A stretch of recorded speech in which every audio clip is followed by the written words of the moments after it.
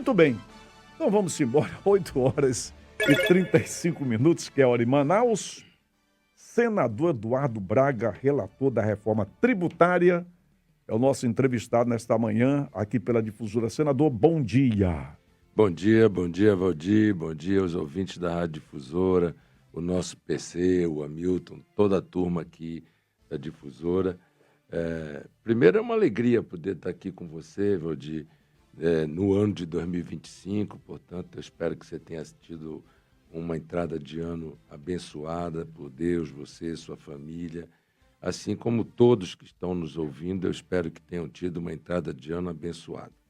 E estamos hoje aqui para falar um pouco sobre reforma tributária, uma conquista do povo brasileiro e uma conquista do povo amazonense, porque graças ao trabalho da nossa bancada, graças ao empenho que tive como relator, graças ao apoio do presidente Lula, nós podemos dizer hoje com tranquilidade de que a Zona Franca, tanto industrial quanto comercial, estão garantidas até 2073, também na reforma tributária. Reforma tributária que vai ser o tema principal da nossa conversa, mas lá pelas tantas, eu vou enveredar para o caminho de sucessões. Espero que o senhor não me dê uma finta daquelas que o Garrincha dava na turma. Você é muito inteligente. Às vezes, quando eu vou entrevistar o Eduardo Braga, você tem que se preparar, você pega uma coisa e te dá uma finta, mas daí eu tenho que colocar pimenta para daqui a pouquinho. Mas, senador Eduardo Braga, é a reforma tributária. Eu sei que ninguém pode fazer uma reforma só para beneficiar um estado, porque eu sou o relator do Amazonas. Não, os outros está todo mundo fiscalizando. Primeiro, eu inicio aqui. Por que essa reforma tributária é boa para o nosso estado e os benefícios fora a Zona Franca de Manaus? Bem, primeiro, a simplificação.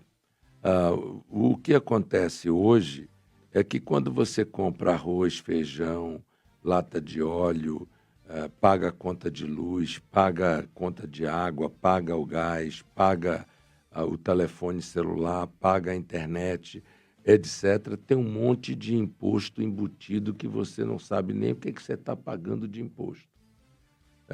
E esse imposto, ele é um imposto que não tem regressividade, ou seja, ele acaba cobrando daqueles que podem menos, às vezes até mais do que aqueles que podem mais. Por quê? Porque aqueles que podem mais, muitas vezes, têm como não pagar determinados impostos, enquanto que aqueles que podem menos não, vão acabando comprando no crediário, vão comprando na taberna, vão comprando em todos os lugares, aonde podem, aonde tem crédito, e às vezes quem paga mais é exatamente, e eu diria até que a grande maioria das vezes, no imposto de consumo, quem paga mais são aqueles que podem menos. Deixa eu só fazer uma observação aqui, para ver se eu estou entendendo o Raimundo José, o Francisco, nosso povo bem humilde que nos ouve, graças a Deus. De repente, porque tem muitas coisas, senador, que o governo federal deveria explicar, certo? De ponta a ponta, com a linguagem bem simples, para o povão entender. Vamos juntar os impostos. Todo mundo já compra o que compra atualmente. Como é que o senhor explica, por gentileza, na linguagem bem popular, lhe peço, que o cidadão de baixa renda vai pagar menos e o outro vai pagar mais? Como é que isso funciona? Se está tudo agregado. Da seguinte forma, com a nova lei, com a reforma tributária, por exemplo, todos os brasileiros que têm meio salário mínimo de renda per capita familiar, que estão no CadÚnico, terão o imposto de determinados produtos devolvidos.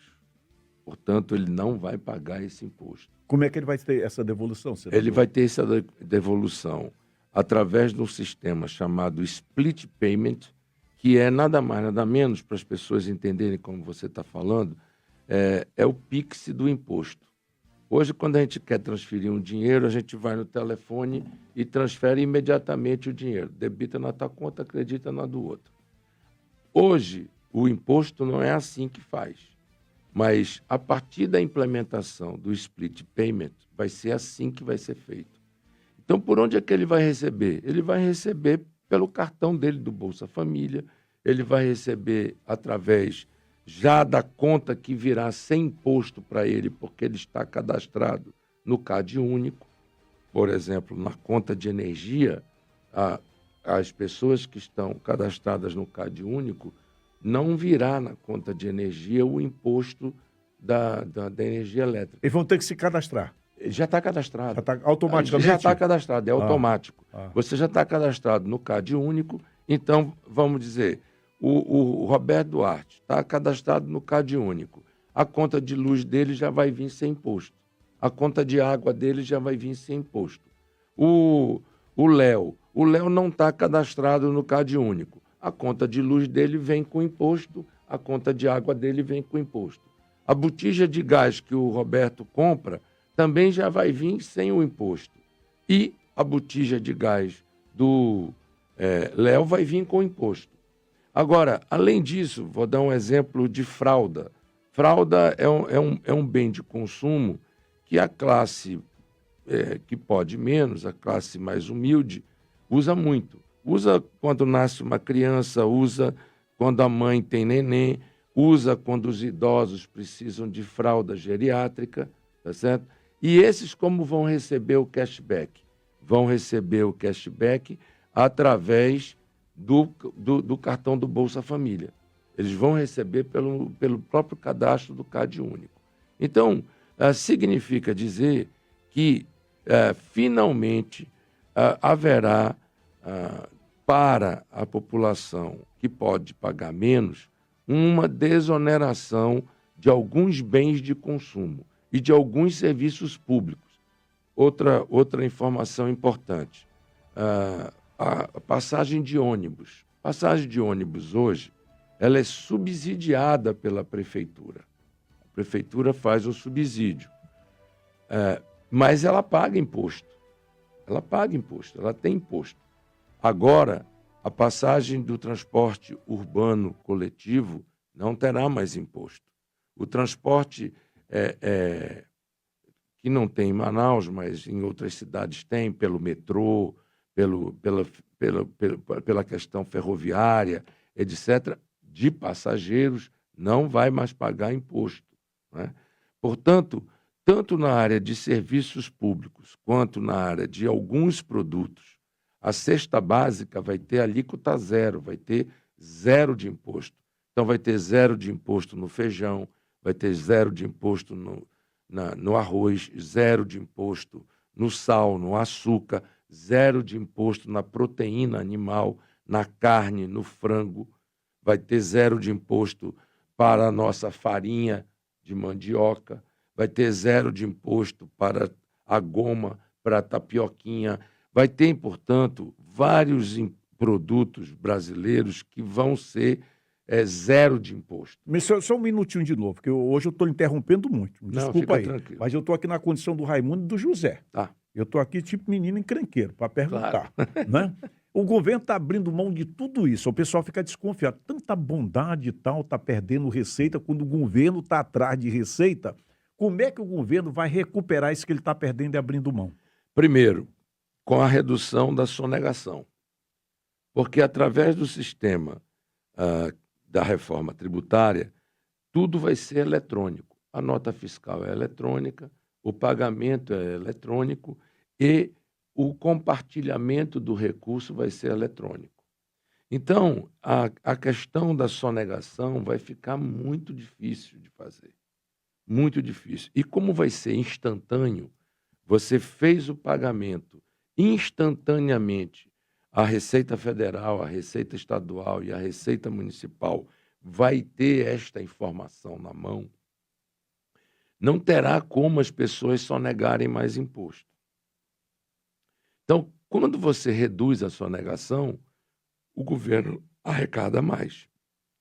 E a sonegação no Brasil ainda é muito grande, muito grande. Segundo, há um contencioso jurídico tributário muito grande em função desse emaranhado de leis que o Brasil tem nesses 5 tributos. Só no ICMS são mais de 800 leis diferentes. No ISS são mais de 1.000 leis diferentes. Na questão dos impostos federais, no PIS, no COFINS e no IPI, você tem nada mais, nada menos do que diversas decisões do Supremo, do STJ, dos tribunais regionais, dos tribunais estaduais, que modificaram a forma de pagamento que os bacanas gostam de chamar de planejamento fiscal. Ora, com isso, alguns trilhões de reais deixaram de ser arrecadados para os cofres públicos, que não terão como mais deixar de ser arrecadado com a nova legislação. Então, em função da transparência, da segurança jurídica, da simplificação e da modernização do sistema de cobrança, esses 3 pontos, sonegação, contencioso jurídico e fraude, reduzirão praticamente a zero. Não vão reduzir nunca a zero, porque você sabe que é impossível reduzir a zero quando você tem atividade humana pelo meio. Mas isso fará com que haverá um aumento na arrecadação do imposto. Por outro lado, permitirá que o governo possa desonerar os serviços mais essenciais. Nós estamos vivendo a crise de preços de alimento. Laranja subiu 70%, tangerina 60%. Carne nem se fala. Carne nem se fala. Arroz subiu 40%. Feijão subiu 40%.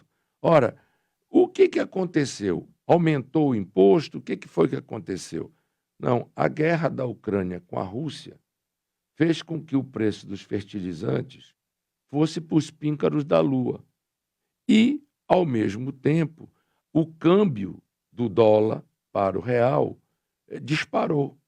Então, o que aconteceu? Para produzir a mesma laranja, o produtor começou a gastar mais para produzir a mesma laranja. Vai vender mais caro. Vai vender mais caro. Então, o que acontece se a reforma tributária estivesse hoje em vigor? É que todas essas frutas... Só desculpa de novo. Mesmo estando em vigor, vamos fazer de conta que a reforma tributária já está em vigor. E nós vamos continuar com esses problemas da Ucrânia, China, Estados Unidos e tal. Como é que fica a situação? Você tira desses produtos 28% de carga tributária. Então, de cara, vai ficar 28% mais barato. Porque você tira. Quando você coloca alíquota zero, você está deixando de tributar em 28% a cesta básica. Então, é claro que nós temos que ter outras soluções. Não basta a questão da desoneração. Por exemplo, o senhor já tem uma ideia para outras soluções? Eu tenho, soluções? claro que tem. O Brasil, por exemplo, tem aqui do lado, em Altazes, potássio. Levou 20 anos para poder liberar. Essa já é uma das soluções? Já é uma das soluções. Por quê? Porque se nós produzirmos potássio aqui no Brasil, nós não vamos estar dependendo do preço do potássio que vem lá dos Urais da Rússia, nem do potássio que vem lá da Ucrânia.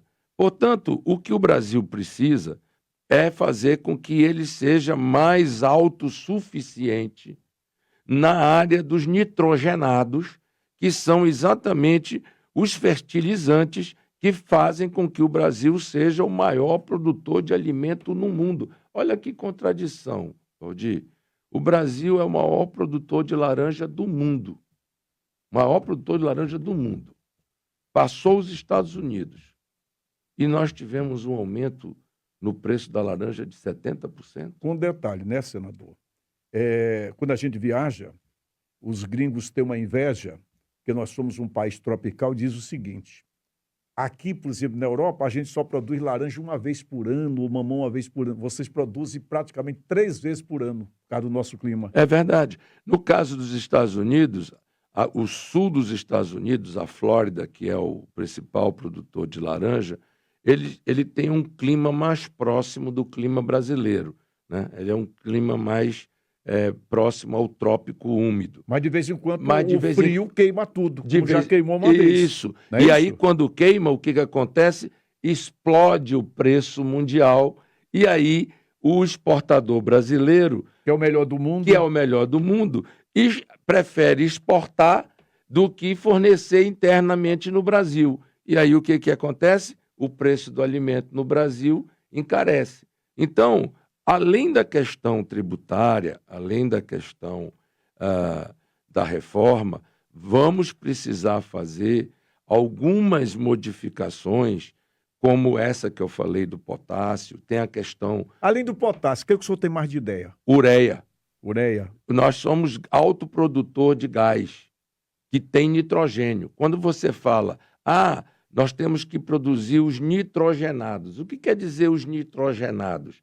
É porque aquelas 3 letrinhas que fazem os fertilizantes, o N, P, K, tá certo? O N já é de nitrogênio. O P já é de potássio e o K é de fósforo. Ora, o Brasil tem e não explora tanto o potássio, quanto o fósforo, quanto o nitrogênio. O senhor falou de autássio, falou agora de ureia. Aí eu vou lhe fazer uma pergunta que o Raimundo ia me ligar. Seu Valdir, pergunte aí para o senador. Eu vou lhe perguntar. Para produzir isso aqui, vai levar quanto tempo, senador, para colocar em prática?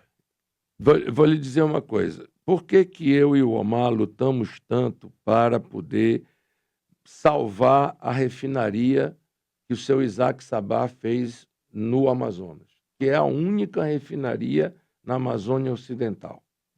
Porque ela é a porta de entrada para que nós possamos entrar na petroquímica. Por que ela é a porta de entrada? Porque nós temos na refinaria, em que pese ela esteja defasada, e agora é que nós vamos começar a fazer os investimentos. Mas o refino é feito todo em Manaus? O refino dos nossos barris de petróleo, que somos capazes, a capacidade da nossa refinaria é pequena, são 30 mil E o restante, barris. senador? O restante nós trazemos de fora. O problema é que a Petrobras deixou a refinaria de tal forma colapsada que nós temos que fazer um investimento de 2 bilhões de reais para modernizar a atual refinaria. Mas aí, só para a gente poder explicar, ureia. Da onde vem a ureia? Do nitrogênio que nós temos no nosso gás natural. Então, o que nós precisamos fazer?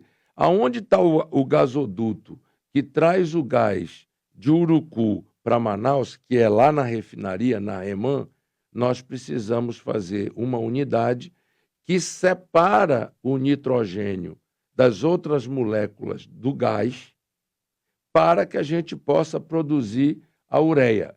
Tendo potássio, e lá no sul do Amazonas nós temos fósforo, nós somos capazes, só o estado do Amazonas é capaz de fornecer 50% dos nitrogenados que o Brasil importa. O Brasil importa, Valdir, quase 10 bilhões de dólares por ano de fertilizantes nitrogenados para o agronegócio. Portanto, nós temos que entrar nesta questão e temos que melhorar a nossa logística. O custo de logística brasileiro é um dos mais caros do mundo. Um dos mais caros. Não é só o custo de produção lá, por exemplo, com o problema dos fertilizantes. Ainda mais para cá, né, senador? Nós somos ilhados, né? Muito bem. Aí é que é o problema. Aí, veja só, o custo dos fertilizantes, vamos falar do abacaxi. O Amazonas sempre foi conhecido, mundo afora, Brasil todo sabe que o abacaxi mais doce do Brasil é o abacaxi amazonense. Talvez do Avaí chegue um pouquinho, mas não chega ainda. Mas não chega. É. Mas vou lhe dizer uma coisa, sem fertilizante, sem adubar o pé do abacaxi... Não vai ter. Não vai ter. E aí, o que acontece? Como o fertilizante ficou muito caro, o que acontece? O produtor diminuiu a quantidade de fertilizante. Hoje, você achar um abacaxi doce, como nós nos acostumamos a comer aqui em Manaus, seja lá do Novo Remanso, seja lá do Altas Mirim, seja lá de onde for, é complicado. Por quê? Porque nós não estamos aplicando o que deveríamos aplicar. Nossas estradas, a BR-319, que é a principal rodovia de integração e a obra estruturante mais importante que o Amazonas precisa agora, depois que nós temos o Linhão de Tucuruí, depois que nós já temos o gasoduto de Urucu para Manaus, e agora estamos exatamente nesse momento construindo, e é uma coisa que o amazonense praticamente não sabe. Lá em Silves, tem 4.500 homens trabalhando na Eneva. É um canteiro de obra que é um verdadeiro formigueiro. Roberto, lá eles estão construindo uma térmica a gás de quase 1 giga, 950 mega, é maior do que a de Mauazinho 3. Essa Eneva é 100% brasileira? 100% brasileira, é Banco Itaú, Banco BTG e os outros acionistas minoritários. Mas o que eu quero dizer é que eles estão construindo também um gasoduto e já nós vamos ter um segundo gasoduto chegando na beira do rio Amazonas, aonde nós poderíamos implementar também política de nitrogenados. O que nós estamos precisando é de planejamento de médio e de longo prazo também para o nosso querido Amazonas. O nosso Amazonas precisa de planejamento. Só para quem está nos assistindo, como você disse, para o Raimundo que está nos assistindo, para o Antônio que está nos assistindo, deixa eu dizer uma coisa. Nós estamos interligados com Tucuruí. Estamos nos interligando e até dezembro vamos estar interligados com Boa Vista, com Roraima. O Linhão já está em obra e em dezembro ele deve ser inaugurado. O que nós queremos? Nós queremos nos interligar agora com Santo Antônio e Jirau. Por quê? Porque aí nós seremos o grande hub de energia elétrica e cada linhão desse que entra com cabo de fibra ótica abundante. Sabe para quê?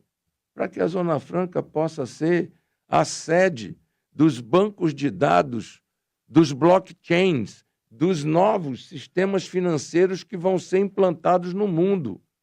Esses open banks que estão sendo implantados no mundo, eles precisam de centros de bancos de dados gigantescos, que dependem de 2 coisas: energia e fibra ótica. Manaus será o maior hub de energia e de fibra ótica se nós conseguirmos concluir esse projeto de interligação. Santo Antônio e Jirau com Manaus, Manaus-Tucuruí, Manaus-Roraima, Manaus-Roraima, Guri, que é a energia da Venezuela. Tudo bem, o Maduro destruiu lá a estrutura de energia da Venezuela, mas o potencial está lá. Uma hora isso volta. E nós temos esse grande potencial para o futuro do Amazonas. Então, a reforma tributária, ela entra nesse contexto, no contexto de poder fazer com que o Amazonas, não só na indústria de transformação, na indústria de montagem, que é o polo industrial, e no comércio, porque, Valdir, pouca gente fala, mas é preciso dizer aqui, todo mundo diz assim, não tem mais a Zona Franca comercial, não tem a Zona Franca de importados, mas hoje o produto que você compra no Rio de Janeiro, ou em São Paulo, ou no Paraná, ou na Bahia, ou no Rio Grande do Sul, que vem para Manaus, ele vem com crédito presumido de PIS e COFINS, ele vem com crédito presumido de IPI. E esse crédito presumido de IPI e de PIS e COFINS precisava ser mantido para que o varejo, que gera 358 mil empregos direto, todo esse pessoal aqui que tu faz o comercial, eles se beneficiam. E bom comercial, por sinal, viu, E senador? bom comercial. Se não fosse bom, não era tanto procurado. Graças a Deus. E você eu já vi aqui você contando 22 comerciais ao vivo. Ao vivo aqui eu já vi você contando.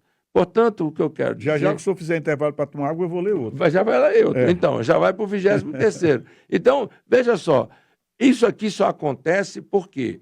Porque o nosso comércio tem benefício fiscal também. E Nos outros estados, nós estabelecemos uma série de conquistas. O regime automotivo do Nordeste foi mantido. O estado mais incentivado do Brasil é o estado de São Paulo. Não é à toa que São Paulo tem 35% do PIB brasileiro. Não é à toa, não. Paraná tem incentivo para burro em vários setores da economia e tudo isso foi mantido. Não é que a reforma tributária foi a reforma tributária da Zona Franca. Não, foi a reforma tributária do Brasil. E a Zona Franca, graças ao trabalho da nossa bancada, graças ao trabalho meu e do Omar, foi possível fazer com que a Zona Franca, que foi tão atacada, como sempre, por aqueles que sempre foram nossos adversários, e os amazonenses viram o embate que nós tivemos com Sérgio Moro, o embate que nós tivemos com o governo de São Paulo, o embate que nós tivemos com outros setores, para poder fazer com que a Zona Franca industrial e comercial fosse garantida. A aula está muito boa, mas o senhor vai tomar água 0800. Eu tenho que fazer o intervalo. Já fizemos mais de meia hora brincando, hein? Olha como a conversa fluiu. Eu vou já dar uma explicação para o querido ouvinte. Voltei. 9 horas, praticamente 9:09. Nosso entrevistado de hoje, senador da República pelo Amazonas, senador Eduardo Braga, relator, portanto, da reforma tributária. Senador, lá na frente, eu disse, o senhor é do Amazonas, mas os outros estados de olho grande também. Todo mundo quer saber o que vai ser feito. E o senhor despachou muito bem, professor, numa linguagem boa, gostei, do que vai vir de benefício, porque nós moramos e vivemos aqui no estado do Amazonas. Muito bem. O senhor disse que tem algumas ideias, nós falamos, se tiver problema ainda da Rússia, lá com a Ucrânia, a China, não sei o quê. E para os outros estados que não têm o que nós temos, senador, qual é a solução? Bem, aí nós temos que ver a vocação de cada estado. A questão do agronegócio, por exemplo. O agronegócio foi extremamente incentivado e extremamente apoiado na reforma tributária. E mais, o agronegócio ele foi estimulado não apenas para as exportações, porque agora, Valdir, com esse novo sistema tributário, as exportações são 100% desoneradas. Não há mais aquela cumulatividade dos impostos em cascata, que no final uma Vale do Rio Doce ficava com crédito de não sei quanto de ICMS para receber do Estado do Pará, e o Estado do Pará não tinha o dinheiro para devolver para a Vale do Rio Doce, e a Vale do Rio Doce não recebia e tal, e ficava aquela confusão. A mesma coisa é com a Petrobras. A Petrobras exporta muito petróleo. O Brasil é autossuficiente em petróleo. O que nós produzimos, nós exportamos e refinamos. Nós raramente importamos petróleo para refinar no Brasil. Nós ainda importamos derivado de petróleo, porque faltam refinarias no Brasil. O Brasil precisa de mais refinarias. E tanto isso quanto o agronegócio foram incentivados. O regime automotivo do Nordeste, que gera muitos empregos em Pernambuco, gera muito emprego na Bahia, que gera muito emprego em Goiás, foi incentivado. A indústria paulista, que é a indústria nacional, que está concentrada, 35% da indústria brasileira está no estado de São Paulo, ela também ganhou nessa reforma. Por quê? Porque ela perdeu toda aquela cumulatividade de impostos que ela tinha e agora ela tem a cadeia completamente desonerada para cobrar somente do consumidor final e no destino. Portanto, a atividade industrial foi também incentivada e incentivada também para exportar. Aí nós vamos falar sobre a questão de outros setores, como o da telecomunicações. Telecomunicações foi incentivado. Aí vamos falar sobre saneamento, uma das maiores dívidas que o Brasil tem social. O saneamento também teve benefícios, inclusive com o cashback. Vamos falar, então, da indústria da construção civil. A indústria da construção civil sofreu benefícios para que nós possamos reaquecer a indústria da construção civil e gerar milhares de empregos no Brasil. Veja, em que pese nós estejamos vivendo uma série de questões pontuais, hoje nós estamos com a menor taxa de desemprego no país da história. E se nós continuarmos trabalhando e implementarmos tudo o que está previsto na reforma tributária, nós vamos ter cada vez mais o desafio de preparar mais rapidamente e melhor a mão de obra, porque nós teremos empregabilidade. Um exemplo que eu queria dizer, lá nos Estados Unidos, nós estamos vendo o Trump deportando gente, botando gente para fora do país e tal, até você comentou ainda há pouco, mas isso aí é nem tanto nem tão pouco, sabe, Roberto? Porque uma hora vai faltar mão de obra nos Estados Unidos, porque boa parte dos serviços pesados da construção... O americano não faz. O americano não faz. Quem faz é o imigrante. Quem faz é o brasileiro, é o latino-americano, quem faz é o mexicano, quem faz é o venezuelano, quem faz é o equatoriano, quem faz é o boliviano.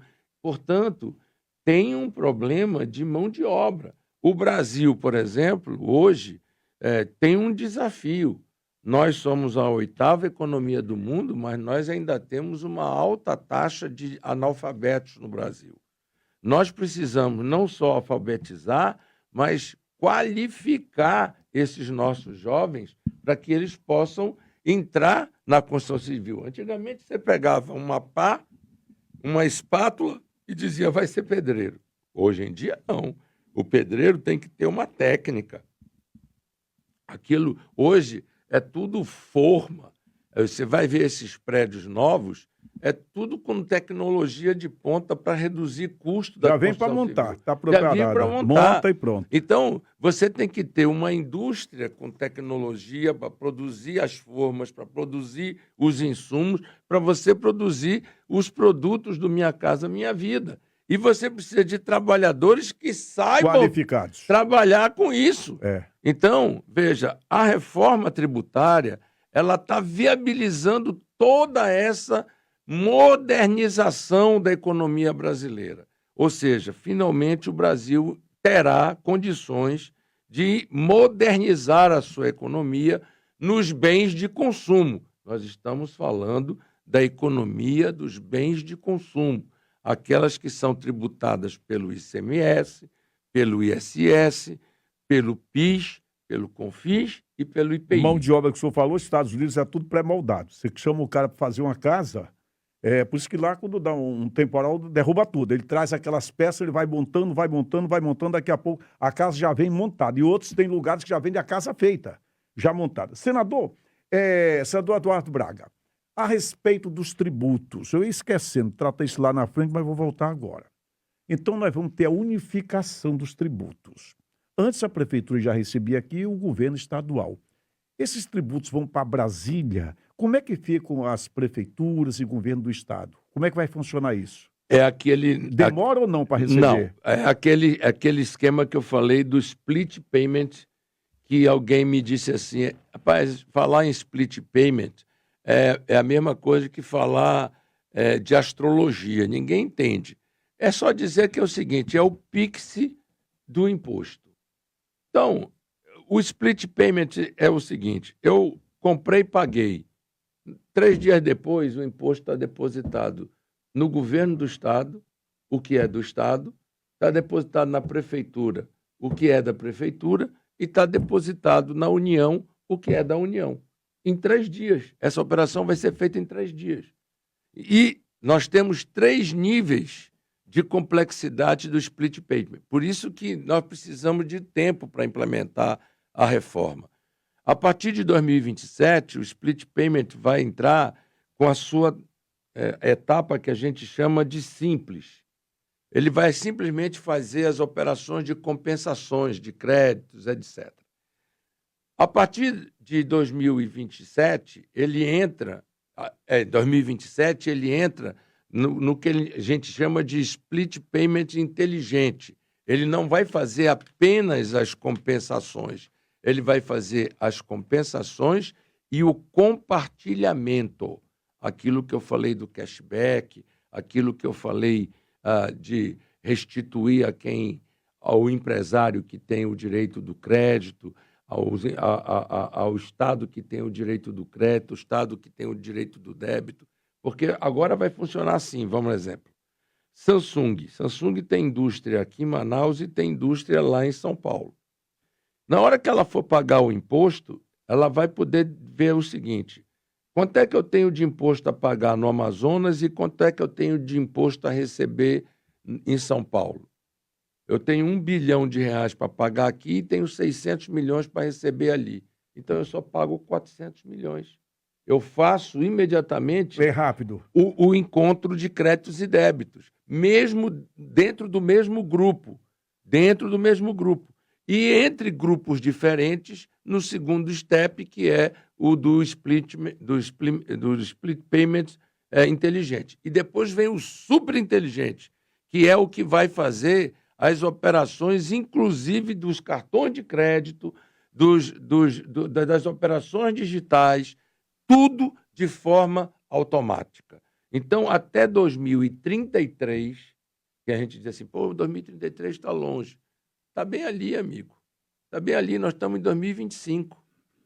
Daqui a pouco, daqui a 8 anos, nós estamos em 2033. Se está bem ali, o senhor toma mais uma água, porque nesse está bem ali, eu vou aproveitar o gancho, porque está bem ali, estão as eleições em 2026. É verdade. Aí eu vou passar aqui uma mensagem, aí eu vou entrar para a política, ainda tenho mais uns 5 ou 7 minutos, e sobre a reforma tributária, o que eu não perguntei, o senhor fala. Deixa eu dar uma dica aqui, nós estamos no ano novo, cores novas, e eu tenho falado da Ceatintas Express. É muita promoção, aproveite porque isso acaba. A Coralite seca rápido branco, lata de 3 litros, viu? R$ 63,90. A massa corrida da Coral balde com 25 quilos, somente R$ 59,90. A tinta acrílica Sol e Chuva total branco, lata de 3,6 litros, sai por R$ 99,90. Sabe o que é melhor? Você pode dividir em 10 vezes sem juros, com parcelas mínimas de R$ 50. Se a Tintas Express, tudo que você precisa, tem loja na Praça 14, na Avenida Duque de Caxias, 885, na Alvorada, na Desembargador João Machado, 5.399. Se a Tintas, Ano Novo, cores novas. São 9h20 que eu tenho que anotar quando eu faço comercial, porque depois eu anuncio e pergunta que hora saiu. O senhor, daqui a pouco, no seu remate final, senador, o senhor pode falar ainda da reforma tributária. O senhor falou 2027 está logo ali, 2030, 2026 está mais perto. Muito bem. É que quando a gente pergunta do político, diz, não, rapaz, ainda está longe, eu não quero falar de política agora, não. Mas eu vou falar, se não quiser responder. Tem uma matéria aqui de acrítica que eu peguei, aproveitando que o senhor vem aqui. Não me dê aquela finta que às vezes o senhor gostava de me dar uma... Eu perguntava uma coisa, o senhor, pai, eu digo, rapaz, nem o Garrincha. Senador, é o seguinte, saiu recentemente, eu vou dar o crédito, para mim não tem problema, é Jornal A Crítica, que dentro de 15 meses está logo... Esse está bem perto. É grande a probabilidade do vice-governador Tadeu de Souza, do Avante, passar a comandar o Amazonas. Que ele poderia ser, inclusive, candidato a governo do Estado em 2026. Aí traz a matéria que já nos primeiros dias desse ano, o Tadeu de Souza dinamizou nas suas redes sociais, passou a fazer resgate da sua trajetória. Muito bem. Finalizando aqui no resumo da ópera, ao cravar aliança para 2026 com o senador Omar Aziz, do PSD, e Eduardo Braga, MDB, que está aqui comigo, conforme foi informado a coluna, o prefeito, aí lá vem, o prefeito Davi Almeida foi questionado pelo jornal sobre a participação do Tadeu nesse jogo de xadrez. Aí o prefeito que respondeu, ele é meu amigo, E o Omar, todo mundo sabe, já confidenciou, é um forte candidato ao governo do Estado. Se o Omar é forte candidato ao governo do Estado, presta atenção, senador. Aí tem para o Senado 2 vagas. Tem o Plínio, que vem, tem um senhor, estão falando muito no governador. Se o Omar está em parceria com o senhor e o prefeito está honrando o compromisso, o Eduardo Braga vem para o Senado de novo? Eu sou candidato à reeleição. Muito bem, então está logo ali. Está logo ali. E eu tenho trabalhado e buscado, junto ao povo do Amazonas e junto ao povo de Manaus, mostrar a importância que nós temos tido em Brasília para garantir conquistas ao Estado do Amazonas. Eduardo Braga está confirmando no programa do Garotinho que é candidato ao Senado do Estado do Amazonas. Agora, obviamente que nós dependemos da legislação. A legislação estabelece que, nesta altura do campeonato, todos nós somos apenas pretensos pré-candidatos. Isso. Nós não somos candidatos, nós somos pretensos pré-candidatos, mas o meu desejo é que eu possa concluir o ciclo do trabalho que eu venho fazendo no Senado da República. Veja, quando eu me elegi a primeira vez senador, eu disse, olha, o meu compromisso é que a gente consiga trazer para o Amazonas a garantia da prorrogação da Zona Franca de Manaus. Isso foi feito. Isso foi feito, está aí prorrogado para 2073. Depois eu dizia, nós precisamos consolidar a interligação de Tucuruí a Manaus. Está aí a interligação Tucuruí-Manaus. O gasoduto Urucu-Coari-Manaus eu consegui quando governador do estado do Amazonas. A BR-319 é um sonho que a gente vem lutando, vem avançando. Nós vamos, se Deus quiser, até julho desse ano, finalmente estar com as 2 pontes que desabaram em 22 pronta. E eu visitei as pontes. Pois é, você visitou. Fui lá ver. Você visitou, foi ver. E, se Deus quiser, até julho deste ano, essas 2 pontes estarão prontas. Nós começamos ontem finalmente foi liberado a questão da ponte sobre o Igapoaçu, que é a 3ª ponte depois do Careiro da Várzea indo em direção ao Humaitá. Feitas essas 3 pontes, nós poderemos fazer já uma viagem de Manaus até Porto Velho, só com a travessia do Careiro da Várzea para Manaus. E o grande sonho que os amazonenses têm é da BR-319 concluída, asfaltada e interligada, já sem balsas.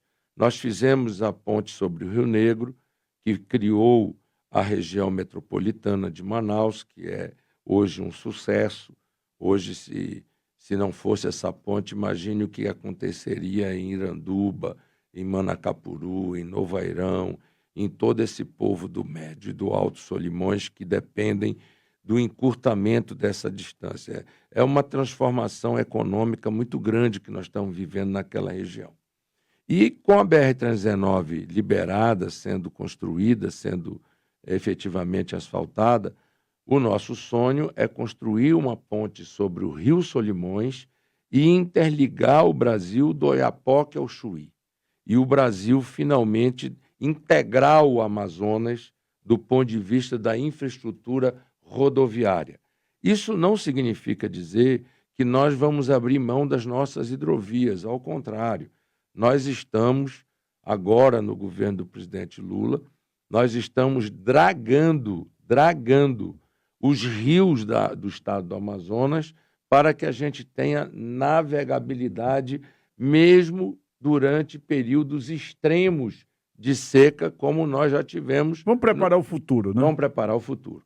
E vamos, se Deus quiser, ter o eixo do Canal Norte, que vai interligar Manaus a Iquitos e Iquitos no Peru. No Peru, e com isso interligar a nossa indústria daqui até o Pacífico para que nós possamos ter mais competitividade. Essas coisas todas dependem hoje do Senado da República, dependem hoje de decisões importantes lá no Congresso Nacional.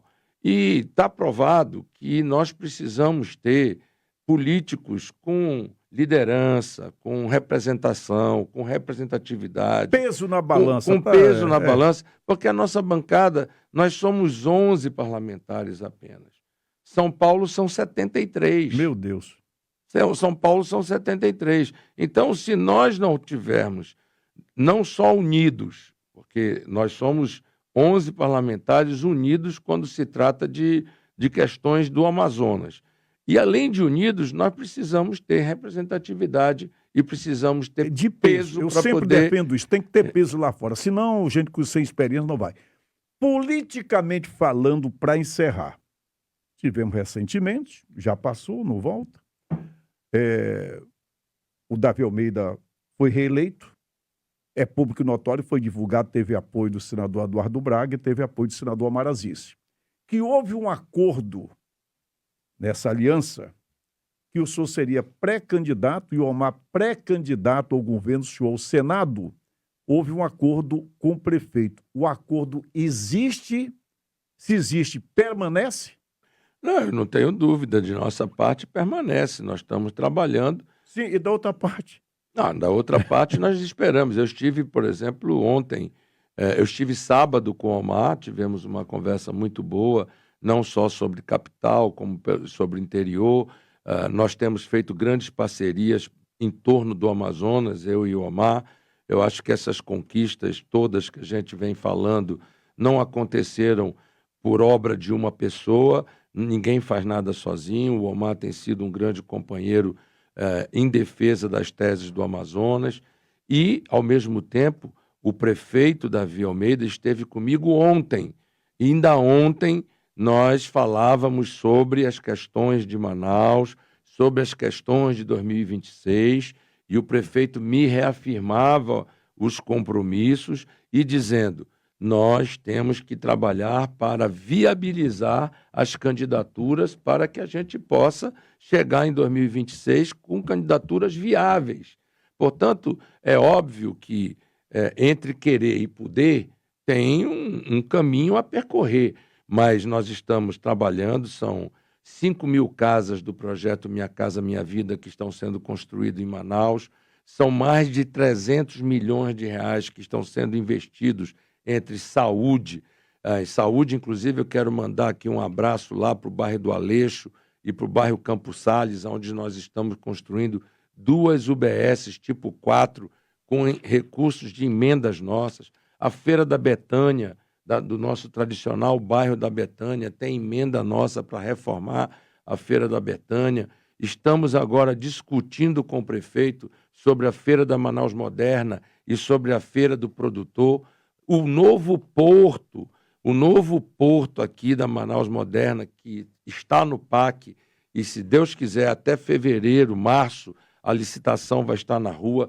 É um trabalho, portanto, de um grupo político. E esse grupo político hoje é Eduardo, Omar e Davi Almeida. Senador Eduardo Braga foi o nosso entrevistado de hoje. 1h05. Muitíssimo obrigado, parabéns, que Deus lhe proteja nessa reforma tributária que não é fácil. Muitos senadores de São Paulo, Rio de Janeiro gostariam de estar nesse comando. Sem dúvida. E Eduardo Braga, do Amazonas, que é o relato. Muitíssimo obrigado. O Garotinho agradece em nome do povo do Amazonas. A entrevista eu achei que foi muito boa. Eu que agradeço, Garotinho, e eu quero lhe parabenizar pelo Campeonato Brasileiro do Botafogo, pelo Campeonato da Libertadores do Botafogo. O meu pai conseguiu, aos 99 anos de idade, assistir o Botafogo... Aos 44 minutos no segundo tempo. Aos 46 minutos da prorrogação, o meu pai conseguiu ver o Botafogo dele ser campeão das Libertadores. Graças a Deus. O meu abraço, querido, você sabe da minha amizade por você, da minha admiração, do meu carinho, e eu quero agradecer muito a esse povo maravilhoso, que é o povo da cidade de Manaus, pedindo a Deus que abençoe grandiosamente o ano de 2025 e que nos dê sabedoria e paciência para fazer mais e melhor pelo Amazonas. Muito obrigado, Valdir. Ouvimos o senador da República pelo Amazonas, Eduardo Braga.